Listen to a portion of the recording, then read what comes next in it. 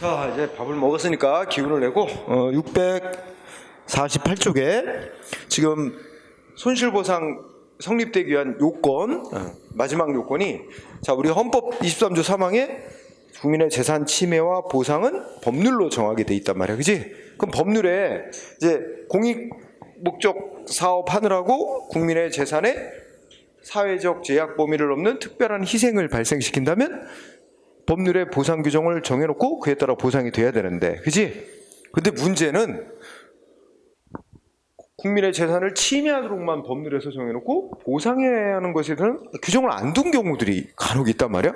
그러면 어떻게 되느냐? 그럼 법률에 보상 규정이 없으면, 보상 규정이 있으면 그에 따라 보상 만들면 되잖아. 문제 없잖아. 보상 규정이 없을 때 어떡하냐? 이게 관심사야. 응? 그래서 거기 이제 보상 규정의 존재 보면 이제 법률로 보상하도록 규정이 있는데 보상 규정이 없을 때 어떻게 되느냐? 피해자는 보상을 받을 수 있는 건지, 응? 이런 게 문제가 된다 이거야. 응? 그래서 여기 좀 공부해야 돼. 그런데 우리가 알아둬야 될 단어가 있어. 거기에 색깔 입혀놓고 불가분 조항이라는 용어를 썼지. 응? 그 제목 불가분 조항, 요 뜻 알아두자. 외우는 게 아니고, 야, 불가분은 한자 말 그대로 풀면 어떻게 되죠? 이 분리될 수 없다는 뜻이나, 불가분, 응? 나눠질 수가 없다, 분리될 수가 없다. 그러면 뭐냐면 국가가 공익사업 한다고 국민의 재산을 침해를 하도록 법률에서 정하면 그 법률에서 그 침해가 보상을 해야 될 정도의 특별한 희생을 주는 침해는 반드시 그 법률에 보상하는 규정도 같이 둬야지, 이걸 침해만 하도록 하고 보상 규정 안 두고 이러면 안 된다는 그런 뜻이 이제 불가분 조항이야. 응? 어떻게 이해되지? 그럼 우리나라 헌법 23조 3항을 어떻게 해석하냐? 자, 헌법 23조 3항, 국민의 재산을 공공 필요가 있어서 국민의 재산을 수용, 사용, 제한하려고 하면 국회가 정한 법률에 의해야 하고 보상도 법률에 규정을 해야 된다 그랬는데 침해만 정해놨지 보상하는 규정을 안 해놨다.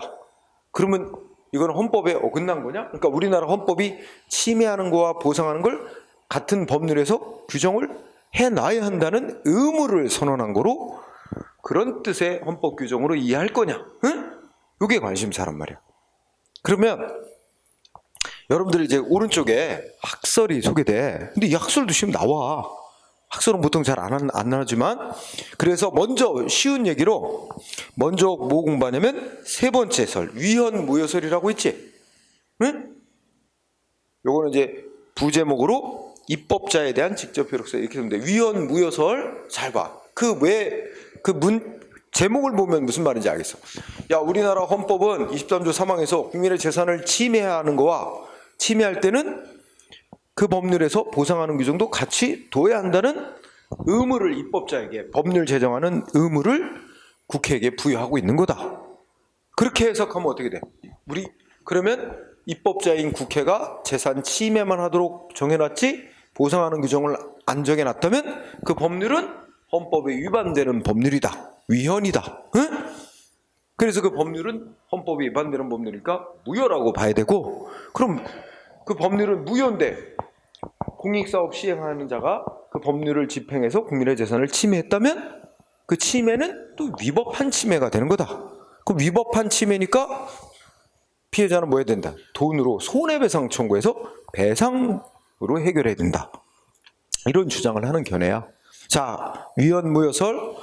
위헌무효설은 결론이 뭐지? 지금 내가 읽었지? 위헌무효설에 따르면 여러분 중요한 거, 결론 피해자는 무슨 방식으로 구제받는 거야? 손해배상. 그지?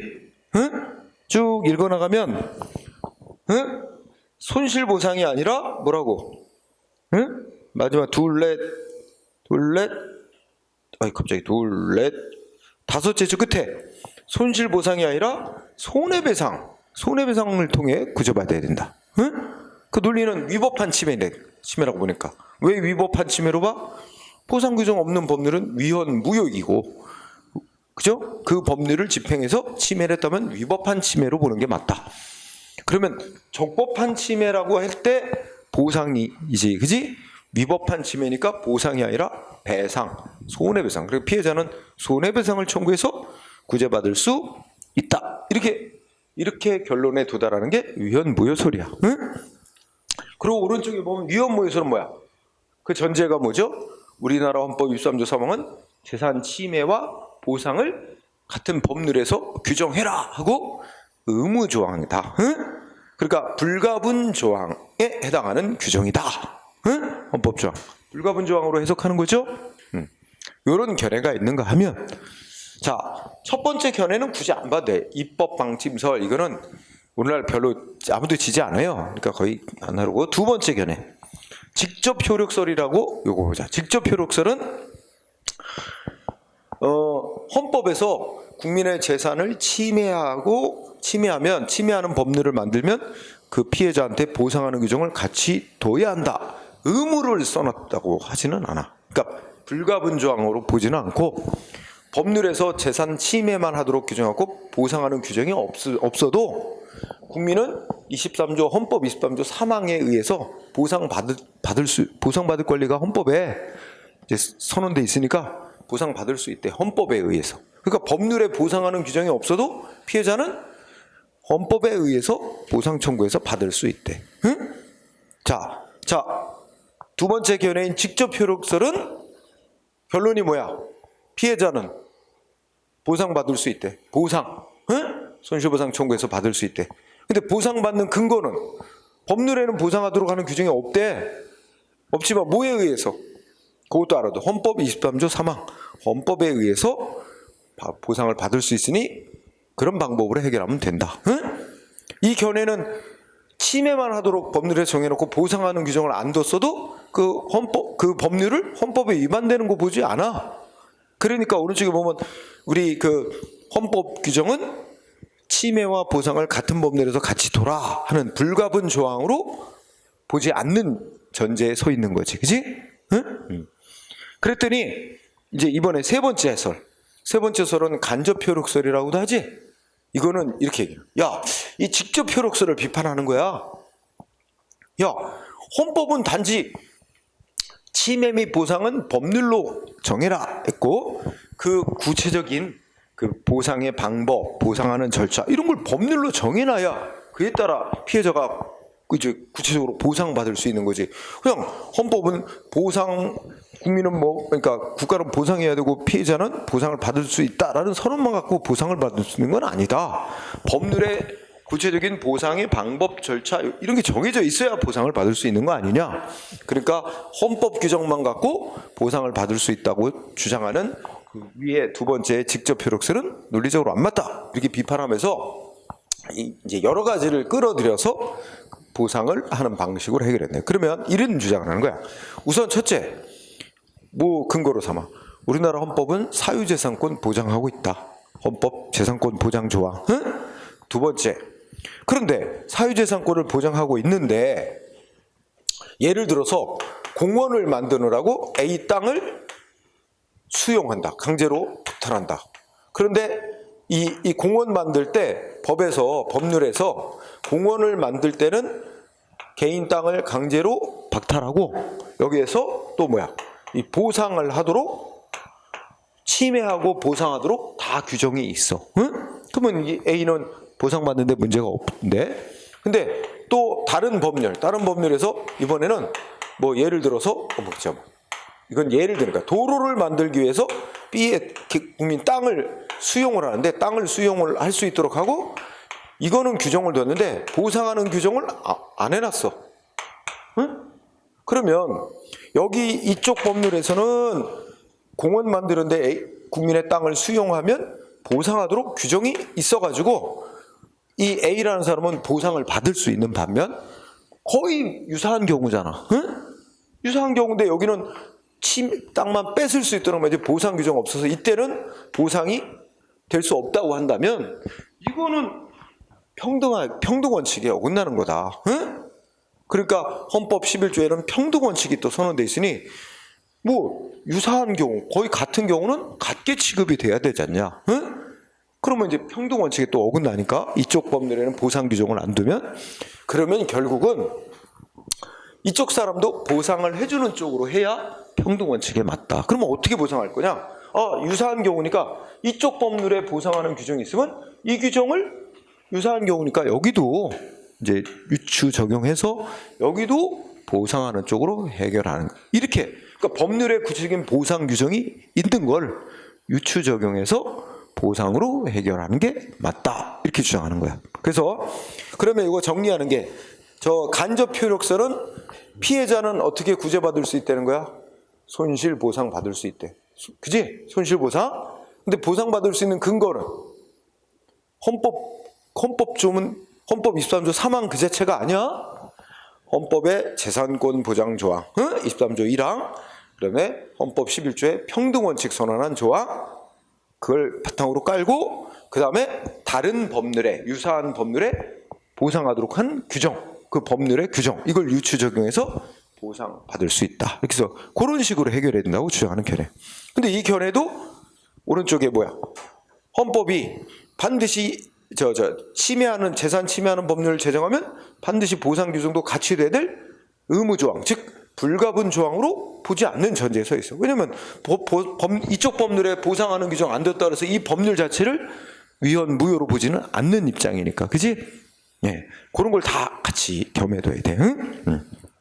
저희 세 개 견해 위주로 시험에 나오고 한편 마지막 견해는 입법 부작위 위헌설이라고 하지? 거기 읽어보면 법률에서 공익 목적을 위해서 국민의 재산을 침해하도록만 정해놨고 보상 규정을 두지 않았더라도 그 법률을 위헌으로 보지는 않아. 응? 일단 법률에서 보상 규정을 두지 않았어도 그러한 법률에 의해서 국민의 재산을 침해한 행위는 헌법 위반으로 안 본다. 응? 하지만 어떻게 된다? 응? 두 번째 줄에 보상 규정을 두지 않은 그게 잘못이라는 거지. 보상 규정을 두지 않은 그것이 소위 보상 규정을 둬야 될 헌법적 의무가 있는데 입법자가 보상 규정을 두지 않은 것이 입법 부작위. 응? 그래서 그는 헌법의 위반이다. 응? 이렇게 주장을 해. 그러면 이 견해는 오른쪽에 있듯이 뭐야? 헌법은 침해만 규정하지 말고 보상하는 규정도 같이 둬야 한다. 같은 법률에. 이게 불가분 조항으로 보는 전제에 서 있는 거지. 그지? 응? 그런데 보상 규정을 두지 않은 거 그 자체가 위헌이라서 이 국회는 입법을 해야 될 의무가 있으니 보상 규정을 두지 않은 입법 부작위 그 보상 규정을 안 만든 입법 부작위가 위헌이다 해서 헌법재판소에 위헌 신청을 해가지고 헌법재판소가 위헌이라고 판정을 내리면 그에 따라 국회가 법률에 보상하는 규정을 만들고 그러면 보상 규정이 만들어지면 그에 따라서 이제 비로소 보상을 받을 수 있게 되는 거다. 이런 논리를 펴요. 응? 그게 입법 부작위 위헌설입니다. 이게 우리나라 헌법재판소가 취하는 입장이긴 해. 응? 자, 하여튼 뭐 근데 요런 견해 이렇게인데 주로 시험은 두 번째, 세 번째, 네 번째 학설 있지? 그거를 중심으로 꼭 알아두세요. 응? 위헌무효설, 직접 효력설, 위헌무효설, 유추적용설. 응? 자, 최근에 그래서 다음 페이지 가보면 판례의 태도 그랬지? 자, 판례 태도. 최근의 판례는 결론이 유추적용설, 대법원은 유추적용설 입장에 따라 그 국민의 재산을 침해하도록 한 법률에는 보상 규정이 없어도 유사한 경우에 다른 법률에서 보상 규정 정해놓은 그걸 끌어다가 보상해줘야 된다고 판결하고 있습니다. 응? 그래서 대법원은 최근에 유추적용설 입장을 따릅니다. 그래서 판례의 태도 해서 대법원 입장 나오지? 위에 칸에 거기 동그라미 1번에 판례는 자 밑줄 쳐줘. 뭐야? 일관된 입장을 보이지 않았어요. 그동안에. 그 다음에 사건마다 어떤 때는 위헌무효설에 따라서 손해배상해줘야 된다고 판결한 사례도 있고 어떤 경우에는 어떤 판례는 헌법 23조 3항에 따라 직접 보상해줘야 된다. 보상받을 수 있다. 이렇게 판결한 사례도 있고 유추적용설 입장에 따라 판결한 사례도 있고 일단 첫 번째 포인트 대법원은 일관된 입장을 보이지 않아왔다. 응? 다만 두 번째 그때 다만 최근에는 주로 유추적용설 입장에 따른 판결을 내놓고 있다. 응? 이렇게 정리. 자, 네, 그 정도만 하세요. 그 정도만. 그 다음에 뭐 헌법재판소까지는 헌법재판소는 동그라미 1번 아까 내가 설명했는데 동그라미. 자, 법률에서 국민의 재산을 침해하도록만 규정하고 보상 규정을 두지 않은 경우 이건 헌법 위반이다. 위헌이라고 보면서도 뭐 손해배상 이런 거로 이제 해결하는 게 아니라 뭐 해야 된대. 보상 규정을 두지 않은 것에 대해서 위헌으로 보고 그러면 헌법 위반이니까 국회는 빨리 법률을 개정을 해서 보상 규정을 마련해야 될 의무가 있고, 그래서 법률에서 보상 규정을 만들어 놓으면 그에 따라 보상을 받을 수 있게 되는 거다. 이런 논리를 핀다는 거야. 자, 그렇게만 정리해. 응? 나머지 거는 막 7급 이상에서 냈던 건데 그 정도만 명확히 하고요. 그 밑에 판례는 뭘 나타내는 거야? 우리 대법원 판례로서 유추 적용설에 따라 보상해야 된다고 판결하는 사람. 그 밑줄 친 거 보면 어떤 법률에 의해 국민의 재산 침해가 일어난 경우 그 법률에는 보상 규정을 두고 있지 않지만 다른 법률에 보상 규정을 유추 적용해서 보상해야 된다. 이렇게 판결하는 사례잖아. 유추 적용설에 따라 판결하는 사례가 늘어나고 있어요, 지금은. 그런 판례가. 자, 그 다음에 오른쪽에 또 가자. 이번에 이제 3절. 손실보상의 대상과 내용 그랬습니다. 자, 여기서 밑줄 치고 할 필요는 없지만 그 위에 네 줄을 보면 역사적으로 손실보상은 자, 대인 보상, 대인적 보상에서 대물적 보상으로 생활보상으로 이렇게 변화해 가고 있다. 이런 흐름을 나타냈지. 외울 건 아니야. 자, 대인 보상은 뭐야? 재산 소유자가 자기 재산에 대해서 평가하는 주관적 가치만큼 보상하는 제도다. 응? 읽고 지나가. 두 번째는 대물 보상은 재산 소유자가 자기 재산에 대해서 부여하는 가치를 기준으로 보상하는 게 아니라 그 재산이 시장에서 거래되는 가격만큼 객관적 시장 가치를 보상하는 그런 제도. 자, 그러면 비교해보자. 예를 들어 이거는 시험에 딱 내는 게 아니라 여러분 이해를 하라고 설명하는 거야. 예를 들어 딱 이거 A 땅, 이거 B 땅. 이거 면적도 똑같고 붙어있는 땅이야. 그럼 거의 가격도 거의 똑같다고 볼 수 있지. 그런데 이 A와 B의 땅이 있는 지역에 여기가 공익사업 할 지역으로 지정이 됐어. 그러면 이제 A와 B에게 땅값을 보상을 해줘야 되는데 얼마를 보상해야 되냐 할 때 옛날에 영국에서 이런 적이 있었어. 영국에서 A, 너는 너 땅 얼마로 평가하냐? 응? 물어본 거야. A는 자기 땅 1억으로 평가한대. 그래, 그러면 1억 보상. B, 너는 네 땅을 얼마의 가치가 있다고 평가하냐? 얘는 5억 달래. 5억. 왜? 그랬더니 이 땅은 자기 아버지가 아주 힘들게 개척한 땅이고 자기 여기서 이 땅에서 태어나고 어릴 때 생활하거나 추억이 많은 곳이고 이래서 이거는 그 시장 가치 이렇게 그런 거하고는 상관없이 나는 굉장히 가치를 높게 평가하니까 나는 5억을 줘야 맞대. 그래? 그럼 5억. 이렇게 하는 거야.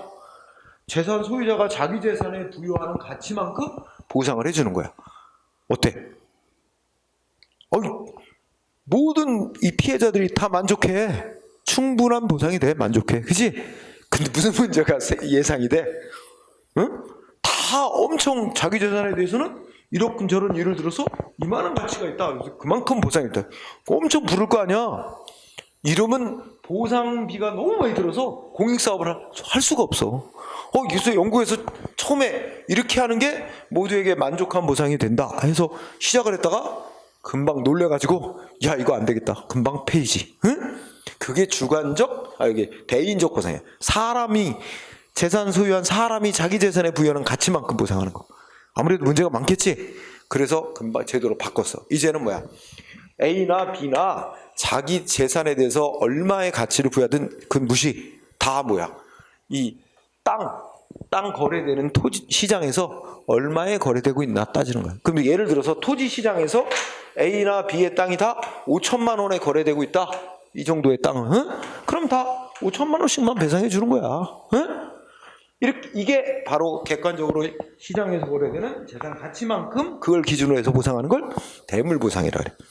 대물보상은 객관적인 기준이 있으니까 합리적인 이제 기준이지. 근데 이건 또 반대로 단점이 뭐야? 응? 만족한 보상이 안 되는 경우가 있어. 아까 말한 대로 B는 이 땅에 대한 애착이 큰 사람인데, 그지? 그런 거 다 무시하잖아. 그냥 객관적인 가치만 보상해 주니까. 정반대의 장단점이 있어, 그죠? 그렇긴 한데 그래도 이건 객관적인 기준이 있다라는 점에서 오늘날 유지되고 있는 원칙이야. 대물보상을 원칙으로 해. 응? 그런데 또 이제 사회 변화에 따라서 이렇게 대물보상만 해가지고는 이게 제대로 정당한 보상이라고 하기 어려운 경우들이 또 생겨난단 말이야. 응? 그러니까 옛날에는 무슨 개발 사업, 그 개발하는 어떤 공익 사업을 해도 소규모로 했어요. 어떤 한 동네에 조금 뭐 이렇게. 그러면 뭐 거기서 저 땅값 같은 거 집값 보상받고 바로 옆에 살아도 아무 문제가 없어. 응? 멀리 갈 필요도 없고. 근데 지금은 개발 사업이 대규모로 진행해. 그러다 보니까 뭐 예를 들어 뭐 평택에 미군 기지 건설 사업 한다. 그럼 막 수백만 평. 응? 그럼 거기에 살고 있는 사람들 말하자면 그 부근의 인근 지역에 가서 사는 게 아니라 완전히 자기의 생활 근거지를 박탈당하고 완전히 생판 모르는 곳으로 이주해야 되는 경우들이 많이 생겨. 그러면 이제 그런 것처럼 이제 이렇게 비교를 해보자. 보면은 뭐냐면 이제 가장 쉬운 예가 강원도 산골. 응? 강원도 산골에 이렇게 강이 흘러. 강원도 산골 마을 여기 사람들 살고 있어. 응? 옹기종기 집도 뭐 옛날 집 해가지고 농사 짓고 하면서 옹기종기 이웃끼리 살고 있는데 여기에 댐 건설한대. 댐. 응? 댐 건설해서 뭐 발전도 하고 이런 공익 목적의 사업을 해. 근데 댐 건설하면 여기 이제 물을 채우잖아. 댐을 짓고 만수가 되면 여기 다 잠긴단 말이야. 거대한 호수가 되는 거지. 그럼 여기 다 수몰되는 지역이야. 그럼 이 사람들 다 보상, 땅값, 집값 보상해서 다 이주시켜야 돼. 근데 강원도 산골에 있는 땅과 집 가격이 얼마나 나가 있어? 시장 가격으로 따지면 별로 가격 안 나가지. 응? 그치? 야, 서울에 있는 아파트야 뭐 10억이니 뭐 20억이니 하지만 여기 있는 뭐 시골 산골에 있는 집값 얼마나 가겠어? 그것도 오래된 옛날 집. 그치? 땅도 뭐 농지 가격도 별로 없을 거고. 그치? 그러면 근데 이 사람들은 그렇게 뭐 가격이 얼마 안 나가는 땅과 집이라도 자기 집에, 그죠? 그리고 뭐 농사 지어서 작업자족 하듯이 하면서 이웃끼리 이렇게 오손도손 도와가면서 서로 잘 살아왔어요. 그걸로 큰 불만 없어. 만족스러워. 근데 댐 건설한다는 공익사업 한다고 니네 다 나가. 응? 그리고 얼마 안 되는 그 땅값 집값 이것만 딸랑 보상해주고 나가라. 응? 그럼 이 사람들 나가면 어디 가서 살아? 응? 여기서 땅값 집값 얼마 안 되는 거 보상받고 나와서 이 부근 지역에 또 가서 땅과 집을 사야 되는데 이 보상받은 거 갖고는 예전과 같은 땅과 집을 사기가 어려워요. 여러 가지 이유로. 일단 보상비가 만족스럽지가 않아요. 법이 정한 기준으로 보는 게. 공시지가 이런 거 기준으로 보상하니까 현실 시가보다 낮게 보상이 돼요. 두 번째는 벌써 여기가 댐 건설하고 뭐 이렇게 돼서 여기로 오면 댐이 만들어지고 관광객도 올 수 있고 관광지가 생길 수도 있고 홍수 방지가 돼서 또 농지도 이제 좋아지고 막 이렇게 해서 여기 벌써 땅값 집값이 올라 있어요. 여기 있는 사람들이 또 기존에 있는 집을 살려고 하면 우리 수요 공급 업체상 수요가 늘어나니까 공급은 적은데, 그지? 그러면 또 이 경제적으로도 이제 가격이 올라가 있고. 그러면 여기 보상비 받은 걸로 인근 지역에 예전과 같은 정도의 땅과 집을 마련하고 예전과 같은 정도의 생활 수준을 유지할 수가 없는 상황이 됩니다. 그러면 공익 목적의 사업을 한다고 해서 이 사람들에게 아무 문제 없이 평온하게 살던 사람들을 예전보다 못한 생활 수준으로 내몰아 버리는 거야, 국가가. 이건 문제 있다. 그래서 이런 경우는 겨우 그 시장 가치로 따진 땅값 집값 보상해 주는 정도로는 이건 정당한 보상을 한다고 볼 수가 없다. 예전보다 못한 생활 수준을 보상하는 것밖에 안 된다. 따라서 이런 경우에는 그래서 이제 완전히 자기의 생활하던 근거지를 박탈당하고 완전히 이 새로운 데로 이주를 해야 되는 이런 사람들, 이런 사람들에게는 전통적인 기준의 대물적 기준에 의한 보상 갖고는 이건 불충분하다고 봐야 된다. 이런 경우는 뭐라도 더 줘야 된다.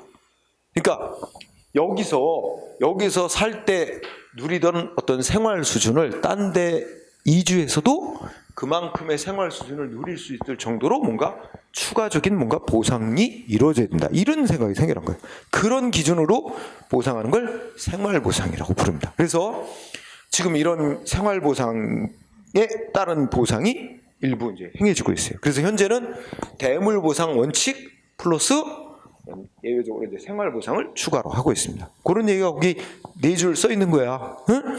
그래서 이제 생활보상 얘기를 좀 따로 거기다 먼저 썼죠. 생활보상 뜻 뭐야?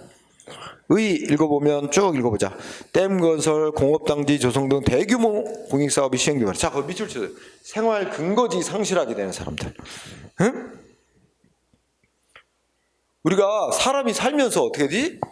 여러분들도 주로 여기 생활권이 여기 우리 사람들의 생활권이 인천 지역 아니야? 그치? 여기에 뭐 친구 관계도 있고 뭐 사업을 하는 사람은 주로 이 근처에 사업하는 사람들하고 네트워크가 형성이 돼서 뭔가 이렇게 되는데 완전히 생활 근거지, 눈에 보이지 않는 이런 네트워크 이거 다 파괴되고 완전히 새로운 곳으로 가야 돼. 그치?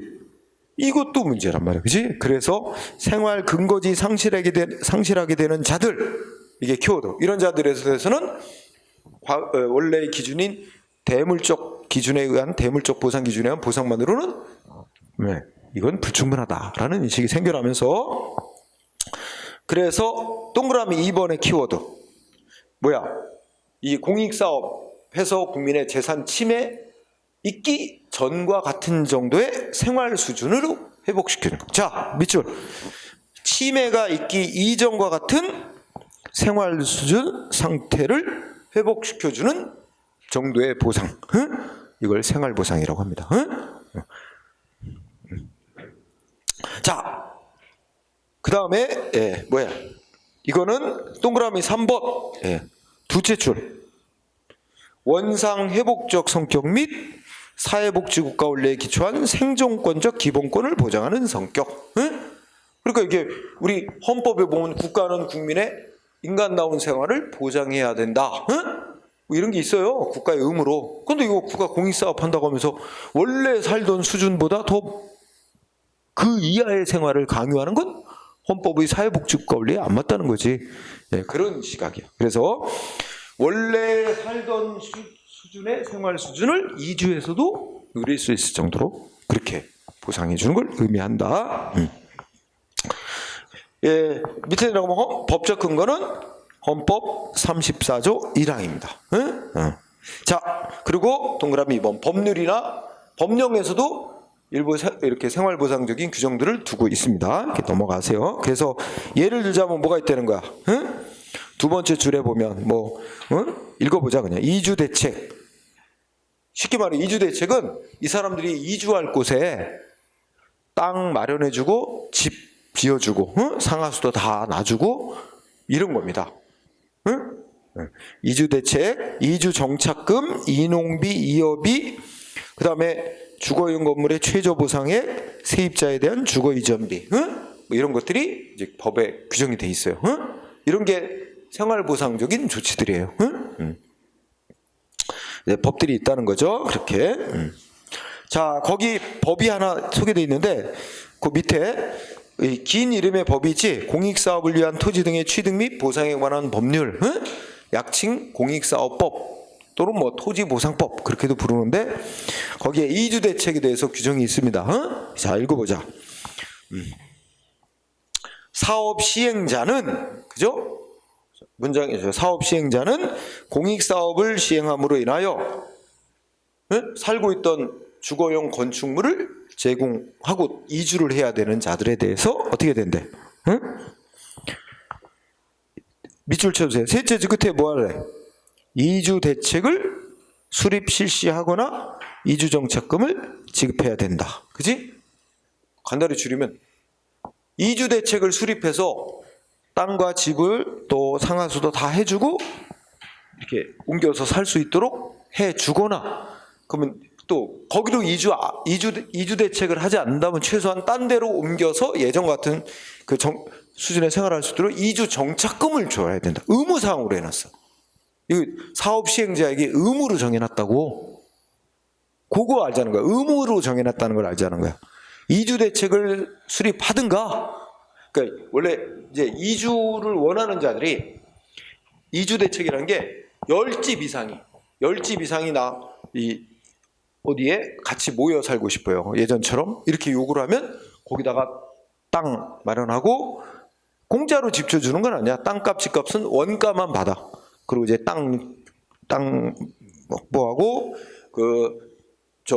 아파트 같은 거에 주택 지어주고 원가만으로 이제 해주고 원가만 받고, 그 다음에 상하수도 막 전기 다 해줘야 돼. 응? 그게 이주 대책이야. 그렇게 해주든가, 거기로 안 가겠다고 또 따로 자기는 딴 데 가겠다고 하는 사람들이 있으면 그 사람들은 이주 정착금이란 걸 주거나 그에 상응하는 그런 걸 해야 된다. 의무야. 하여야 한다.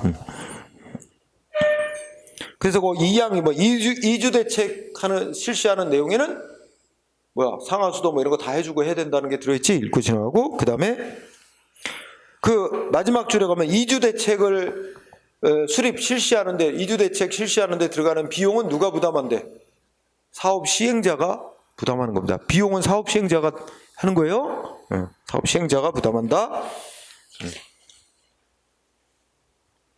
다만 이러이러한 경우에는 다음 페이지, 지방자치단체는 그 이주 대책에 들어가는 비용 일부를 보조해 줄 수는 있다. 근데 기본적으로는 사업 시행자가 자기 돈으로 이주 대책 실시해야 된다는 얘기죠.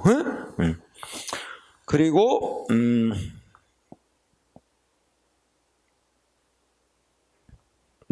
그 다음에 그 밑에 그 또 법 따로 있지. 그 공익사업을 위한 토지 등의 취득 및 보상하는 법률 시행령에 보면 그 셋째 줄에 보면 그거 꼭 외울 거라죠. 10호 이상의 가구가 요구하면 이주대책 수립 실시하게 돼 있는 거예요. 10가구. 응? 그러니까 여기서 예를 들면 여기 수몰되는 지역의 이 마을 주민 중에 10집 이상이 사업 시행자에게 이주대책을 수립해달라 요구하면, 10집 이상이 요구하면 딴 데 땅 마련해서 살게, 이주해서 정착해서 살게 해줘야 된다는 얘기잖아. 10집 이상이 요구하면 이주대책을 수립 시행해야 되고, 그 다음에 근데 거기에 이제 너무 굉장히 법을 복잡하게 해놔서 다섯째 줄, 여섯째 줄 끝에 보면 다음에 어느 하나에 해당하는 자는 이주대책 대상자에서 제외. 응? 그 제외되는 자 한번 그 법조문에서 한번 찾아보세요. 자, 다음에 하나에 해당하는 자는 이주대책 대상자에서 제외시킨다. 응? 그러니까 이 이주대책 대상자에서 제외되면 사업 시행자가 딴 데다가 땅 마련하고 아파트 같은 거 짓고 했을 때 거기 못 들어가는 거야. 그 분양받을 수 없는 거야. 응? 어떤 자들이 그래? 예를 들면 첫 번째 허가를 받거나 신고를 하고 건물 건축을 하든지, 아니면 허가를 받거나 신고를 하고 용도 변경을 해야 되는 건축물을 쉽게 말하면 무허가 건축물을 짓고, 또 신고 같은 거 등록 안 하고 원래 그 비닐하우스로 농작물 농사 짓는다고 비닐하우스 해서 신고하고 농작물 심는 용도로 비닐하우스 설치해 놓고서는 나중에는 거기에 사람 거주해. 불법으로. 그런 거는 거기에 그거로 거주하던 사람한테는 이주대책 대상자로 보지 않는다는 거야. 그 사람한테는 아파트 분양권 이런 거 안 줘도 돼. 입주권, 집에 집 안 줘도 된다고. 자, 그 다음에 또 어떤 사람? 자, 그 해당 건축물에 건축물에 계속 안 살던 사람. 그러니까 여기 이제 공익사업할 지역이다라고 공고가 된 날부터 이제 사업 시행해가지고 재산권 박탈할 때까지 거기에 계속 거주하지 않고 있던 사람도 이주대책 대상자의 제외. 그러니까 간단히 줄이면 무허가 건축물 그다음에 무허가 용도 변경된 그런 건물에 살던 사람, 이주택 대상에서 제외. 그다음에 계속 거주하지 않았던 사람들, 제외. 그다음에 또 마지막에 뭐가 들어가 있지? 세입자입니다. 세입자. 계속 거지 아니면 그다음에 3번. 좀 길지만 3번에서 쭉 이러면 그때 건축물에 거주하는 세입자, 세입자 제외되고 있죠? 세 들어 사는 사람, 네, 그렇게 돼 있어요. 일단 요거는 판례를 이야기해서 내가 한번 본 거야. 자, 그러면 밑으로 내려와 보세요. 자, 내용은 아까 또 비슷한 거야.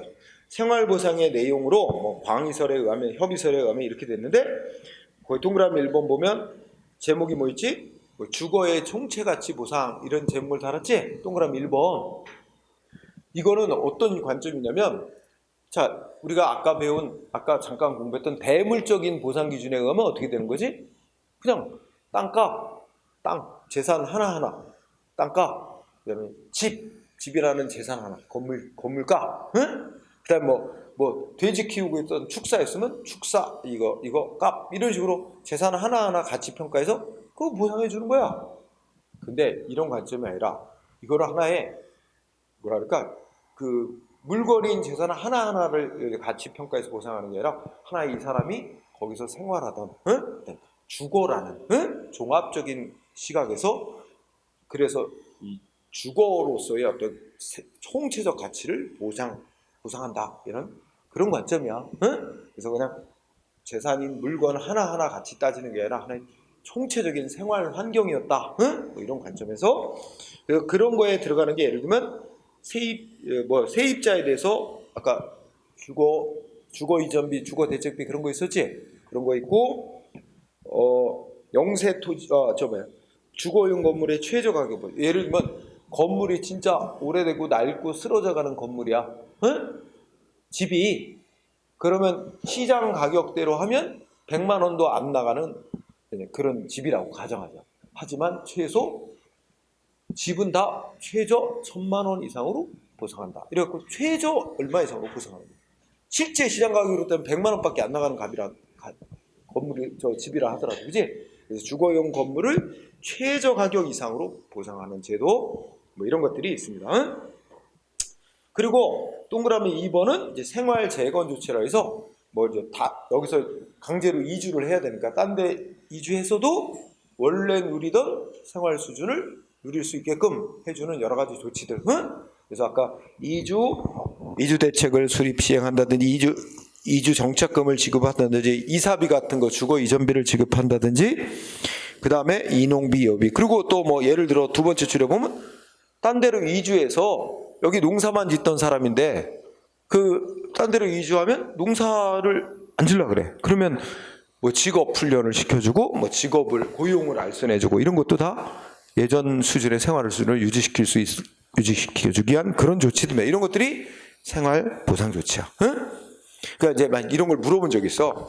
다음 중 생활 보상에 해당하는 것으로 볼 수 없는 거, 이렇게 문제 낸 적도 해요. 그럼 답이 뭐냐면 땅값, 집값, 물건 그 보상, 이거는 원래 대물 보상이야. 그건 원래 전통적으로 해야하던 대물 보상. 근데 거기다가 플러스 추가로 예전과 같은 수준의 생활을 유지할 수 있도록 추가로 더해주는 보상이 그게 뭐야? 그게 생활 보상이야. 집값, 땅값 이거는 원래 대물 보상으로 하는 거고, 거기다 여기 있던 것들은 그거에 대한 플러스 하는 걸 말하는 거야.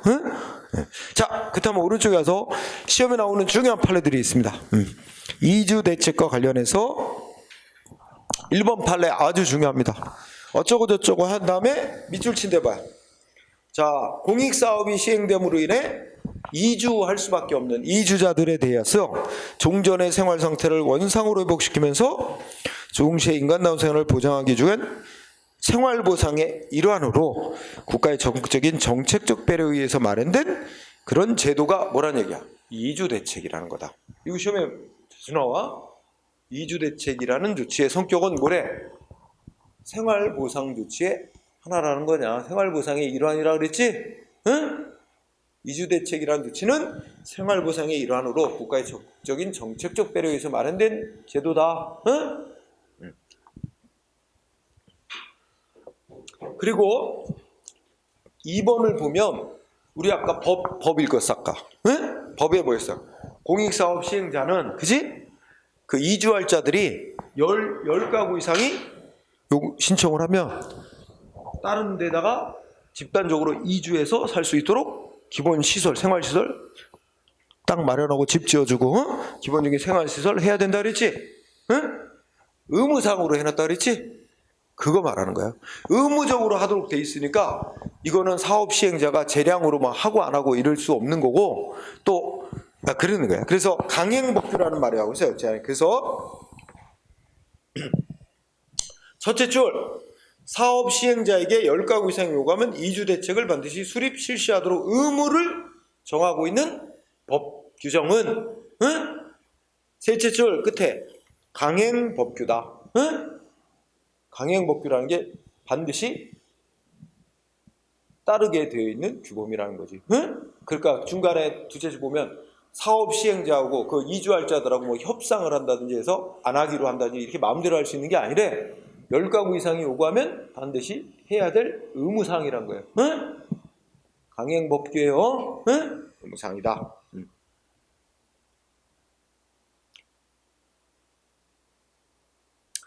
그러면 2번하고 그리고 그 밑에 이제 밑줄은 이주대책에 소요되는 비용은 누가 부담하게 돼 있다고 아까 법에서도 봤지? 사업 시행자가 부담하게 돼 있다 그랬지? 상하수도 전기시설 다 사업 시행자의 부담으로 그지? 자 2번을 했으면 뒤로 내려와. 밑으로 내려오면 5번. 자 2번하고 5번하고를 짝지어서 공부해. 그래야지 이해가 잘 돼. 응? 자 지금 2번 다시 한번 공부하면 사업 시행자는 말하자면 거기는 안 써있지만 뭐 이주할 자들 중에 10가구 이상이 요구하면 이주대책을 의무적으로 실시해야 된단 말이야. 다만 그 이주대책의 세부 내용은 뭐 집은 아파트로 지을까 아니면 뭐 단독주택으로 제공할까 뭐 등등 뭐 이런 이주대책의 구체적인 내용과 이런 것들은 사업 시행자가 알아서 할 수 있는 재량에 속한다. 그러니까 이주대책을 수립하고 실시해야 되는 건 의무사항이야. 사업 시행자의 의무인데 구체적인 이주대책의 내용은 사업 시행자가 알아서 할 수 있는 재량에 속한대. 그래서 5번 읽어봐. 그 첫째 줄 중간에 사업 시행자는 이주대책 기준을 정하여 이주대책을 실시할 때 두 번째 줄 그들에게 택지나 또는 주택의 내용이나 수량을 정할 수고 이를 정하니. 그러니까 구체적인 이주대책의 실시 내용에 대해서는 재량이라는 거예요. 재량. 그럼 구분할 수 있어? 자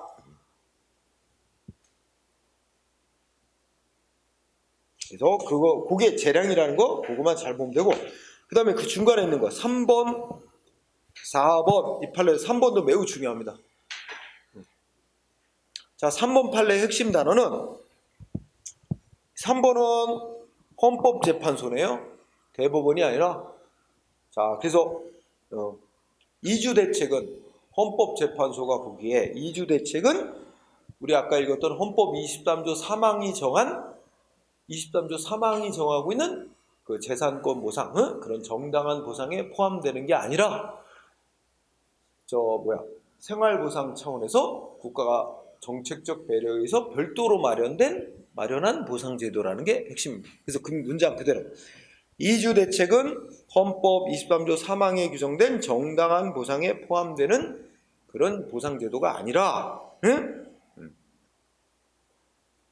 두 번째 끝에 그 생활보상의 일환으로서 국가의 정책적 배려에 의해서 마련된 제도다. 이거 중요해요.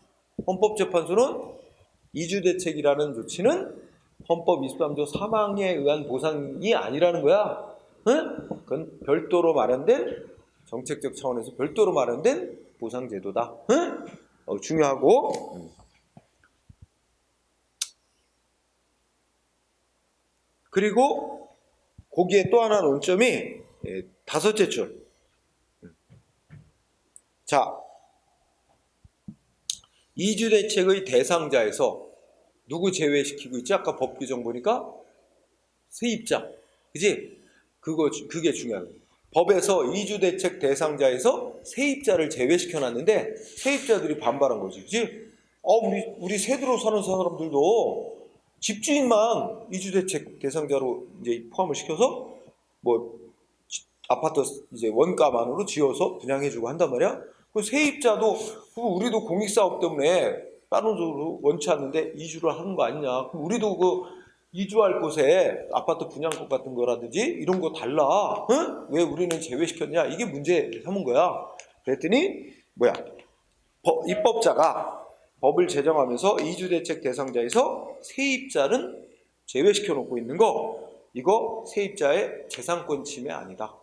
그 세입자는 그 건물을 침해당하는, 자기 재산인 건물을 침해당하는 게 아니잖아. 재산권 침해 아니고 두 가지야. 평등 원칙에 어긋나지 않는다. 응? 그러니까 집주인하고 세입자하고 불합리하게 차별하는 거야. 집주인은 자기 집이라는 재산권을 침해받는 자니까 이주택 대상자로 하지만 세입자는 집이라는 재산권을 침해받는 게 아니니까 그 사람은 제외시켜놨어도 평등 원칙 위반이 아니래요. 그래서 그 밑에 또 있잖아, 그지? 밑에 줄에. 그래서 한 대 묶으면, 자, 기본 단어는 법에서 이주대책 대상자의 세입자를 제외시켜놨는데 이거는 세입자의 재산권 침해하는 거 아니고, 응? 또 집주인과의 불합리한 차별하는 거 아니다. 그래서 평등권 침해도 아니다. 응? 그렇죠? 여기 다 중요한 내용. 3번.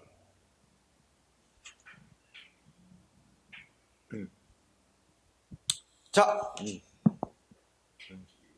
그렇게 보면 되고, 4번은 뭐 특별한 건 없네. 그렇게 넘어갑시다. 그 다음에 다 비슷한 얘기들이 나옵니다. 자, 그리고 6번 판례 보세요.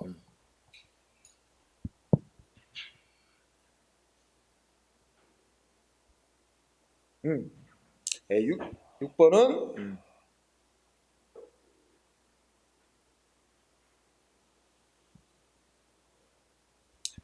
6번 판례는 6번 판례 이런 뜻이야. 이제 보면은 아까 보면은 이주대책 대상자에서 제외되는 자가 그 여기 공익사업할 지구다 하고 공고가 된 날부터 거기에 계속해서 거주하지 않은 자는 이주대책 대상자에서 집주인이라도 제외시킨단 말이야. 응? 그런데 사업 시행자는 자기네가 따로 뭔가 규정을 만들어서 계속해서 거주하지 않은 집주인도 이주대책 대상자로 우리는 포함시키겠다. 그렇게 자기네가 특별하게 규정 만들어서 할 수도 있다는 거야. 응? 근데 지네들이 그렇게 만들어서 하지 않는 한 그 계속해서 거주하지 않은 집주인이 요구해도 들어줄 의무는 포함시킬 의무는 없지만 사업 시행자가 특별히 지네들이 규정을 만들어서 그렇게 하는 것까지 막지는 않는다는 게 6번 판례의 뜻입니다. 그래서 거기에 밑줄 튼 데를 보면 그 이제 수용 대상인 건물에 계속해서 거주하지 아니한 자는 뭐야? 이주택 대상자가 안 되게 돼 있단 말이야, 법에. 응? 그렇지만 사업 시행자는 그 건물에 수용 대상 건물에 계속해서 거주하지 아니하였더라도 응? 지네가 특별하게 무슨 규정을 만들어서 그런 자도 포함시켜서 이주대책 대상자로 하겠다 한다면 그것까지 말리는 건 아니다. 응? 그런 취지요. 자, 그 다음에 자 6번이나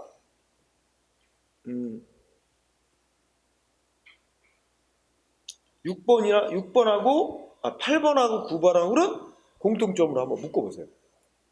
응? 8번하고 9번 판례는 자, 아까 법에서 뭐라 그랬지? 이주대책 대상자가 되려면 원래 허가받아 적법하게 지어진 건물에 그런 건물에 거주하는 사람, 뭐 신고 등록 제대로 하고 이제 거주하던 그 사람들의 그 거주하던 그런 사람들만 그 이주대책 대상자가 된다고 그랬잖아. 그러니까 무허가로 뭐 건물 짓고 살았다. 그러면 그 사람들은 그 건물 주인이라 하더라도 이주대책 대상자가 안 되는 거야. 그래서 8번 판례를 보면 아래쪽에 뭐라 했어? 뭐 아파트의 관리실 용도로, 그죠? 맨 처음에 관리실로 사용한다고 뭐 신고했는지 등록하고 하여튼 건물 짓고 한 거 아니야? 그건 사람이 주거 생활 거주하는 곳이 아니야, 용도가. 근데 나중에 지네 멋대로 뭐 했대? 주거용으로 개조했대요. 지네 멋대로. 응? 주거용으로 개조하고 거기 실제 사람이 거주하면 생활해 왔다 하더라도 그건 법적으로 주거용 건물로 허용된 게 아니란 말이야. 그럼 거기에 살던 사람한테는 이주대책 대상자로 포함을 안 시킵니다. 인정 안 해주는 거지. 응? 이해됐죠? 마찬가지로 9번 판례 보면 뭐야? 예, 두 번째 줄에 이제 말하자면 행정기관의 장부상, 아까 말해드린 무슨 농사, 그러니까 예를 들어서 여기 이렇게 창고를 하나 지어놨는데 거기 뭐 농기계 집어넣고 이렇게 창고용으로 한다고 해서 창고 지은 거 허용한 거야. 근데 나중에 지네들이 멋대로 창고에서 거기다가 뭐 살림살이 들어오고 사람 살게 했단 말이야? 그럼 그건 뭐야? 원래 주거용 건물이 아니잖아. 지네가 불법으로 용도 변경에 사용한 거지.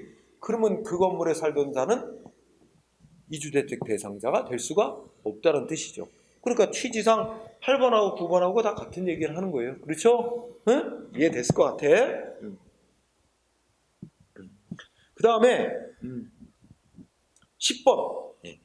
그 이주대책의 내용 속에는 어떤 내용이냐면 이주할 곳에 뭐 아파트 분양권 이런 거, 그지? 그거 언제 생기냐? 이거 보자. 이 10번 판례 특히 중요, 별표. 자, 첫째 줄 우리 아까 읽어봤는데 법 규정에 뭐라고 돼 있지? 공익사업 시행자에게 이주대책을 수립 실시하도록 의무를 부과하고 있어요. 법 규정이. 응? 그러면 사업 시행자에게 이주대책을 수립하고 실시할 의무를 부과하고 있는 법 규정 그 자체에 의해서 이주할 자들에게 자동적으로 그 법 규정에 의해서 이주할 곳에 아파트 분양권 이거 발생하는 거 아니래. 법 규정 자체. 그래서 이거 그렇다고 해요. 두 번째, 그 법 규정 자체만에 의해서 이주할 자들에게 택지 분양권이나 아파트 입주권 등을 받을 수 있는 수분양권, 응? 숫자가 받을 수 있으니까 분양받을 수 있는 권리가 법 규정 자체에서 발생하는 건 아니래. 그러면 어느 때 발생한대? 그 분양받을 수 있는 아파트 입주권이나 택지 땅 받을 수 있는 그 분양권은 언제 생긴대? 이주자들에게 언제 발생한대? 이 이주할 자들이 사업 시행자에게 신청을 해서 나 이주대책 대상자로 인정해달라 신청을 해서 사업 시행자가 그렇습니다. 당신은 이주대책 대상자에 해당합니다. 라고 결정 내린 이후부터 그 다음에 이제 이주할 곳에 땅이나 아파트를 분양받을 권리가 그때 생긴대요. 그래서 그 밑에 이어지는 문장 밑줄 쳐놨지? 사업 시행자가 정한 그 절차에 따라 정한 이주대책에 관한 절차에 따라 사업 시행자에게 자기를 이주대책 대상자로 선정해달라고 신청을 하고 사업 시행자가 이주대상자로 확인 결정 내려줬을 때 그때 비로소 이주할 곳의 땅이나 아파트 분양권을 그때 취득하게 된대요. 자, 무슨 말인지 알아봤어요? 그러니까 우리 법에서 사업 시행자는 이주자들을 위해서 이주대책을 수립 실시해야 한다고 의무를 규정한 거 그 자체만 갖고는 아직 이주할 자들이 아파트나 땅 분양권이 그때 바로 발생하는 건 아니다. 언제 발생하냐? 이주자들이 사업 시행자에게 자기를 이주대책 대상자로 선정해달라고 신청을 해서 당신은 이주대책 대상자에 해당합니다 하고 결정을 받아야 그때부터 이주할 곳의 땅과 아파트에 대한 분양권이 그때 생긴다는 거야. 이거 매우 중요.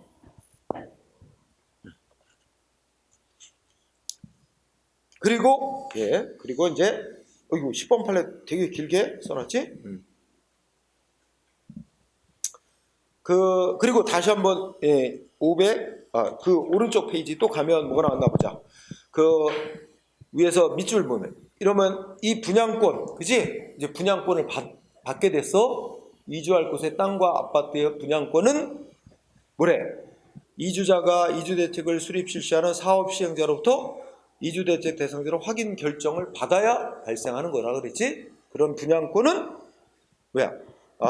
앞으로 취득하게 되는 땅이나 아파트 등을 분양받을 수 있는 공법상의 권리래. 응? 그럼 줄이면 수분양권, 분양받을 권리, 성격이 뭐라고? 공법상 권리다. 응? 그러면 공법상 권리니까 민사소송으로 다투는 게 아니라 행정소송으로 다투어야 될 문제가 되겠죠? 응? 네, 그래서 그 밑에 보면 붉은 글씨 써놨지? 이주자가 사업시행자에게 나 이주대책 대상자로 선정해달라고 신청. 그럼 당신은 이주대책 대상자 결정이 내려져야 내가 땅과 아파트 이주할 곳에 분양권이 생기는 거잖아. 분양받을 권리가. 근데 나를 선정해달라고 신청했는데 거부를 했어. 사업시행. 당신이 이주대책 대상자가 아닙니다. 거부 결정했다면 무슨 소송으로 싸워야 돼? 행정소송으로 싸워야 된다 이런 얘기지. 그 거부 조치에 대해서. 그지? 그래서 그 판례. 사업시행자가 이주대책 대상자로 또는 이주대상자가 아니라고 확인하고 결정 내리는 행위는 뭐야? 구체적으로 이주대책상의 분양권 받을 권리, 수분양권을 부여하는 요건이 되는 행정작용으로서 처분이래. 응? 이것도 중요한 말이야. 처분이니까 행정소송으로 싸워야 되겠지. 공권력 행사 조치니까. 그래서 그 밑에 보면 뭐래? 어떤 그 이주하게 될 자가 자기를 이주대책 대상자로 선정해달라고 사업시행자가 신청을 했는데 사업시행자가 뭐 했대? 응? 제외시키거나, 그지? 제외 결정을 하거나 거부한 경우, 응? 제외시키거나 거부하는 결정을 내린 경우 그러면 이주자는 사업시행자를 상대로 행정소송인데 공권력 행사인 처분이라고 성격을 보니까 처분을 다투는 취소소송, 무효화계소송도 항고소송을 제기해서 나를 왜 제외시켰냐? 응? 제외하는 결정에 나를 왜 이주대책 대상자에 포함시키지 않는 거부 조치를 내렸냐? 취소해라! 하고 사업시행자를 상대로 항고소송으로 다툴 수 있대. 응? 이것도 중요. 자, 그 다음에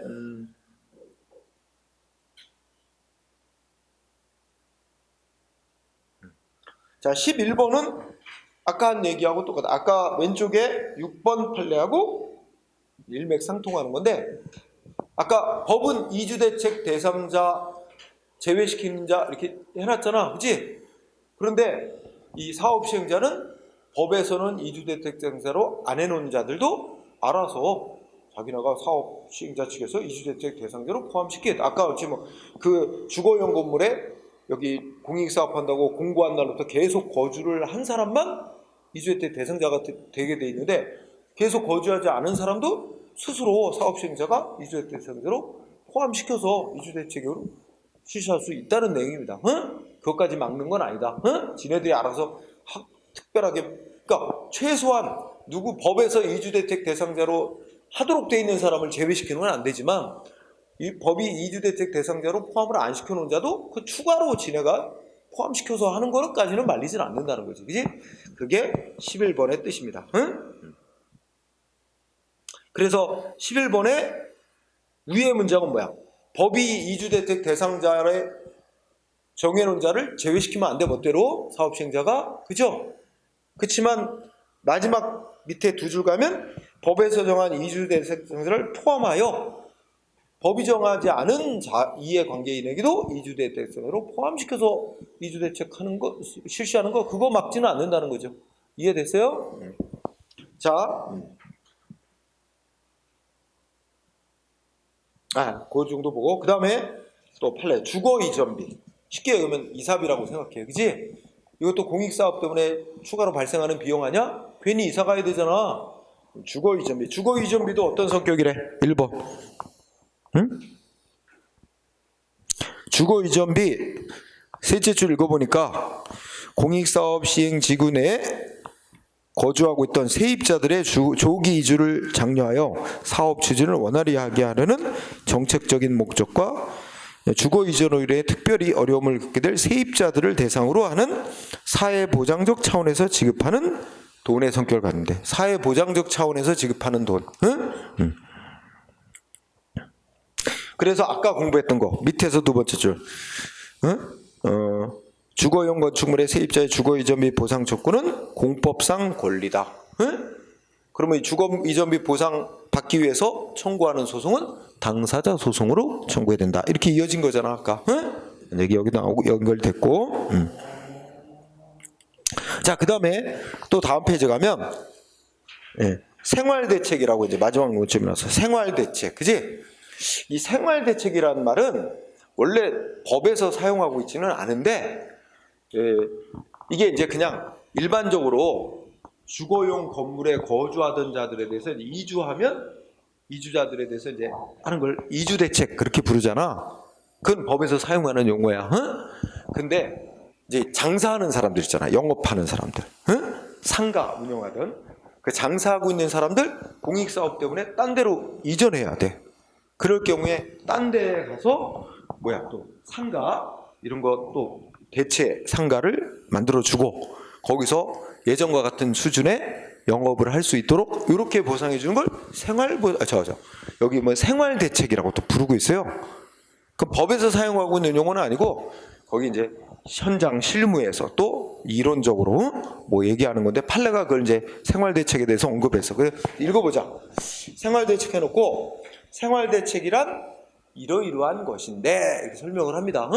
대충 핵심은 이제 장사하던 사람들 말하는 거야. 그래서 딴 데로 이전해서도 예전과 같은 수준의 영업을 할 수 있도록 하는 것을 생활대책이라고 부르는데 그래서 그 밑에 문장 밑줄 친 데 봐. 그 생업의 근거를 상실하게 되는 자들에서 일정 규모의 상업 용지, 그러니까 또는 상가, 분양권 등을 포함하는 생활대책은 밑줄 이른바 생활대책이라는 것도 뭐래? 헌법 23조 3항에 따른 보상이라기보다는 그 생활보상의 일환으로서 국가의 정책적 배려에 의해서 마련된 보상제도래. 아까 뭐하고 같은 이치야? 이주대책하고 똑같은 논리죠? 생활대책이라는 그런 거다. 그죠?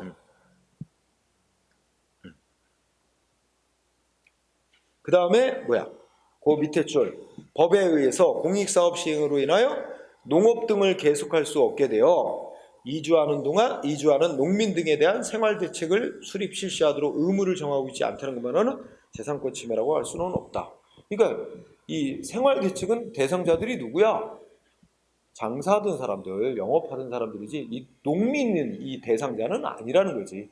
그 농민들에게는 그에 따른 농업 손실이라고 법에서 별도로 농업 손실을 보상하도록 하고 있습니다. 그러니까 이거는 생활대책 대상자는 아니지. 네?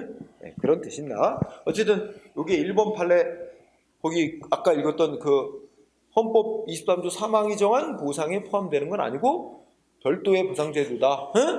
이렇게 헌재가 그렇게 말하고 있는 거 매우 중요. 그 다음에 2번 판례가 또 매우 중요한데요.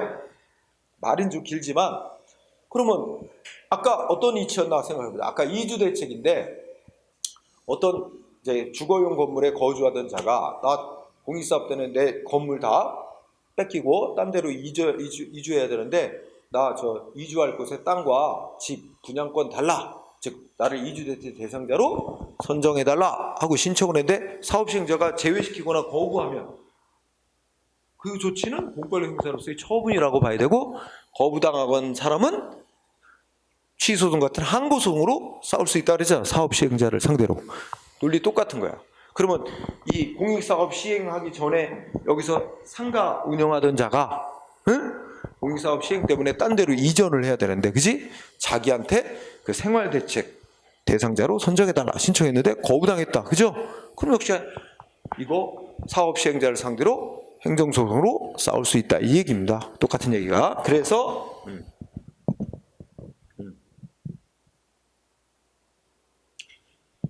근데 여기 잘 보면 1번하고 2번하고 이게 누가 판정했는지에 따라 좀 다릅니다. 1번은 누가 판정한 판결이야?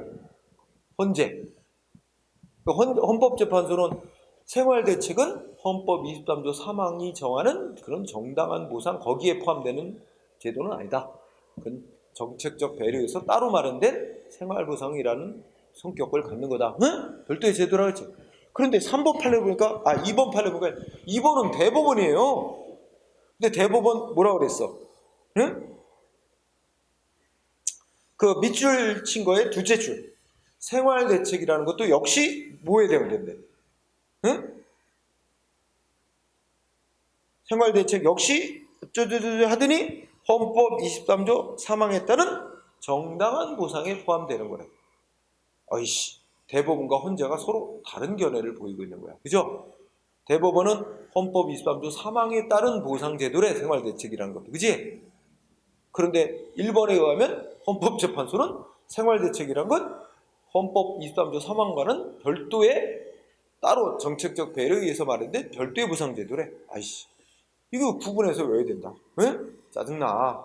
응?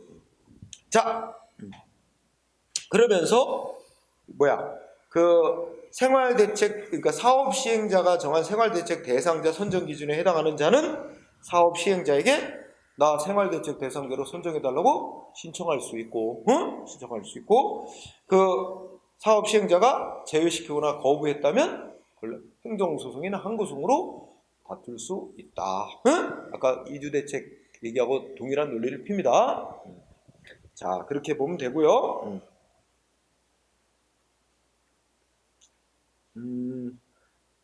네. 네, 그렇게 정리해. 그 정도로. 네? 네, 그렇게 합시다. 지금 몇 가지 중요한 판례들을 했어. 네? 네, 시험에 딱 지금 한 것들 다 시험에 쓰인 판례들이야. 네? 지금 얘기한 거. 자, 여기까지 하고 쉬는 시간을 가졌다가 이제 구체적인, 지금까지는 헌법적 차원의 얘기를 주로 했다면 이제 구체적으로 법이 정하고 있는 법 규정 이거 위주로 하게 됩니다. 자, 쉬는 시간을 갖고 진행합시다.